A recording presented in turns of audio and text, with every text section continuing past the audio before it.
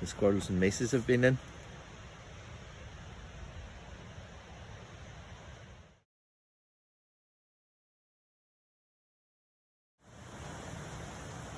Uh-oh.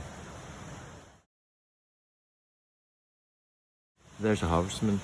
I've no idea what species it is, but they're mad things. I mean, everybody calls them spiders. They're the proper daddy long legs. That's, you know, most people call crane flies daddy long legs, but that's a daddy long legs.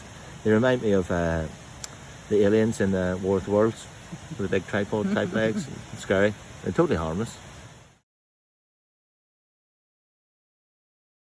It's epiphytic growth, so that's a fern.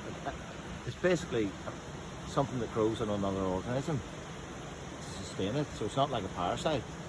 But those ferns are, you know, part of the living oak tree.